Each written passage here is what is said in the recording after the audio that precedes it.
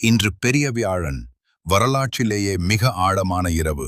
அந்த இரவு இயேசு தம்முடைய சீடர்களோடு சேர்ந்து கடைசி இரவு உணவை பகிர்ந்து கொண்டார். அவருக்கு தெரியும், இதுதான் கடைசி இரவு என்று.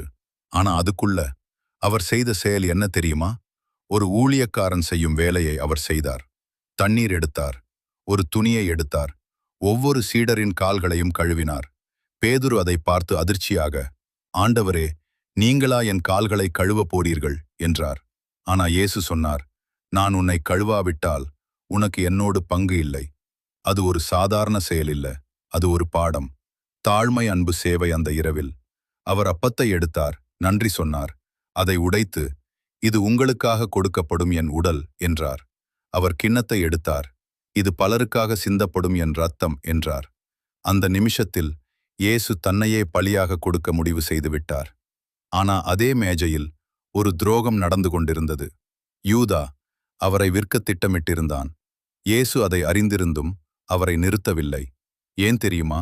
அன்பு ஒருபோதும் கட்டாயப்படுத்தாது. அந்த இரவு அன்பு அமைதியாக காயப்பட்ட இரவு. இன்று நாம் நம்ம வாழ்க்கையை பார்ப்போமா? நாமும் சில நேரங்களில் இயேசுவை மறுக்கிறோமா? அவரை காயப்படுத்துகிறோமா?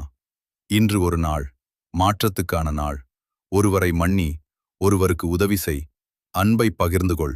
ஏனெனில் இயேசு நமக்காக தன்னையே கொடுத்தார்.